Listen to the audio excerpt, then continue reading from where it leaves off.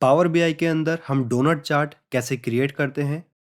Last video में हमने जाना था पाई चार्ट हम कैसे क्रिएट करते हैं। जैसे हमने सिंपल पाई चार्ट क्रिएट किया था, सेम वैसे ही यहाँ पर डोनट चार्ट क्रिएट होगा।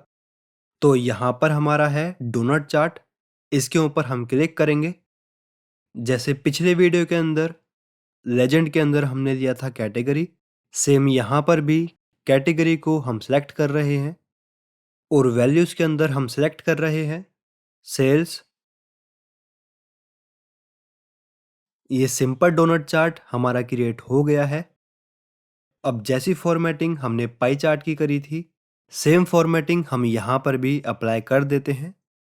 फॉर्मेट के ऊपर हम क्लिक करेंगे, डिटेल लेबल्स, लेबल कंटेंट्स के अंदर हम सेलेक्ट करेंगे और डिटेल लेबल्स। यहाँ से लेबल का साइज हम इंक्रीज कर लेते हैं। अब ये जो लेजेंड है, इसको हम यहाँ से डिसेबल कर देते हैं।